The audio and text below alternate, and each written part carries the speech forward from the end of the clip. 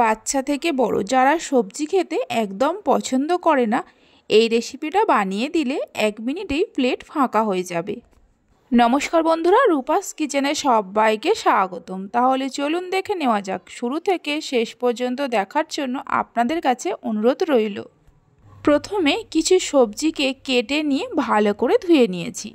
এখানে আমি বিনস, গাজর, ফুলকপি, টমেটো আর পেঁয়াজকলি নিয়েছি। আপনারা নিজেদের পছন্দ মতো যে কোনো সবজি নিতে পারেন। সবজিগুলোকে মিক্সির জারের মধ্যে নিয়ে ঢাকা দিয়ে খুব ভালো করে পেস্ট করে নেব। সবজিগুলো চাইলে আরেকটু ছোট করেও কেটে নিতে পারেন। আমি জল ছাড়াই পেস্ট করে নিচ্ছি। আপনাদের যদি প্রয়োজন হয় অল্প করে জল দিতে পারেন। দেখুন, ঠিক এইভাবে পেস্ট করে নিতে হবে। এবার একটা পাত্রের মধ্যে 1.5 কাপের মতো আটা নিয়েছি। আটার মধ্যে দিয়ে দেব স্বাদ মতো নুন, হাফ চামচের মতো চিনি, দিয়ে দেব অল্প করে হলুদের গুঁড়ো, জিরের গুঁড়ো আর গোলমরিচের গুঁড়ো। সমস্ত শুকনো উপকরণগুলো মিশিয়ে নিয়ে যে সবজির পেস্টটা তৈরি করে রেখেছিলাম অল্প অল্প করে আটার মধ্যে দিয়ে মেখে নিতে হবে। সবজির পেস্ট দিয়ে আটাটাকে মাখতে হবে, কোনো রকম জলের ব্যবহার করা যাবে না।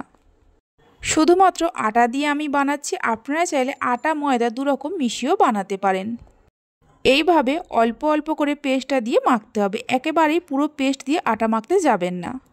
এখানে আমি 1.5 কাপ আটা দিয়ে বানাচ্ছি, আপনারা চাইলে আটার পরিমাণটা আরেকটু বাড়িয়েও দিতে পারেন। আটাটা মেখে নেওয়ার পর দেখুন কিছুটা পেস্ট আমার বেঁচে গেছে। এটা আমি কন্টেনারের মধ্যে করে নিয়ে ফ্রিজে রেখে দেব। আটার ডোটা তৈরি করে নেওয়ার পর ভালো করে একটু মেখে নিয়ে এই ডো থেকে লেচি কেটে নেব। যেমন সাইজের পরোটা বানাবেন সেই মতো লেচি কেটে নেবেন। এখানে আমি মিডিয়াম সাইজের লেচিগুলোকে কেটে নিয়েছি। লেচিগুলোকে এক সাইডে সরিয়ে রেখে দিয়ে একটা বাটির মধ্যে 3টে ডিম ভেঙে নিয়েছি। ডিমের মধ্যে অল্প করে নুন আর কিছুটা ধনেপাতা কুচি দিয়ে ভালো করে মিশিয়ে নিতে হবে। ডিমের এই মিশ্রণটা রেখে দিয়ে একটা করে লেচি নিয়ে প্রথমে গোল করে নেব।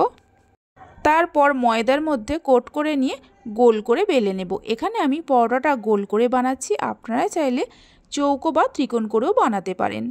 দেখুন, ঠিক এরকম গোল করে বেলে নেওয়ার পর এক্সট্রা যে ময়দাটা আছে এইভাবে করে ঝেড়ে নিতে হবে। প্রত্যেকটা পরোটাকে এইভাবে বেলে নেব। কয়েকটা পরোটা বেলে নেওয়ার পর গ্যাসের ওপর একটা ফ্রাই প্যান বসিয়ে দেব। ফ্রাই প্যানটা একটু গরম হলে একটা করে পরোটা ফ্রাই প্যানের মধ্যে দিয়ে প্রথমে উল্টে পাল্টে সেঁকে নিতে হবে। গ্যাসের ফ্লেমটা মিডিয়ামে রেখেই পরোটাটাকে বানাতে হবে। দুটো সাইড উল্টে পাল্টে ভালোভাবে সেঁকে নেওয়ার পর পরোটার ওপরে অল্প করে সাদা তেল দিয়ে দেব। তেলটা দেওয়ার পর এইভাবে করে পরোটার দুটো সাইড তেলটাকে ভালো করে লাগিয়ে নিতে হবে। সবজি দিয়ে ডিম পরোটা এইভাবে বানিয়ে দিলে বাচ্চা থেকে বড় সকলে খুবই পছন্দ করবে। পরোটার দুটো সাইড তেলটা লাগিয়ে নেওয়ার পর যে ডিমের মিশ্রণটা রেডি করে রেখেছিলাম আবারও একটু ফেটিয়ে নিয়ে পরোটার ওপরে অল্প করে দিয়ে দেব। একদিকে অল্প করে ডিমের মিশ্রণ দেওয়া হয়ে গেলে উল্টে দিয়ে অপর সাইডটাও ডিমের মিশ্রণ দিয়ে দেব। এইভাবে করে পরোটা বানালে অল্প ডিমেই অনেকগুলো পরোটা বানিয়ে নেওয়া যায়। দুটো সাইডেই ডিমের মিশ্রণ দেওয়ার পর লো টু মিডিয়াম ফ্লেমে উল্টে পাল্টে একটু ভেজে নিতে হবে।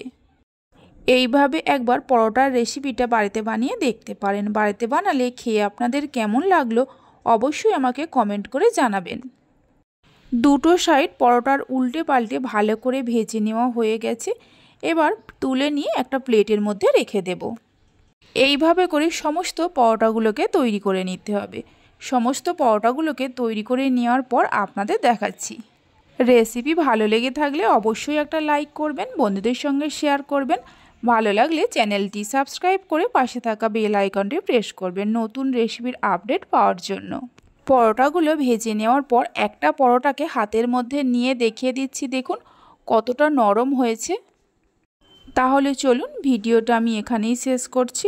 আপনারা সবাই ভালো থাকবেন, সুস্থ থাকবেন। ধন্যবাদ।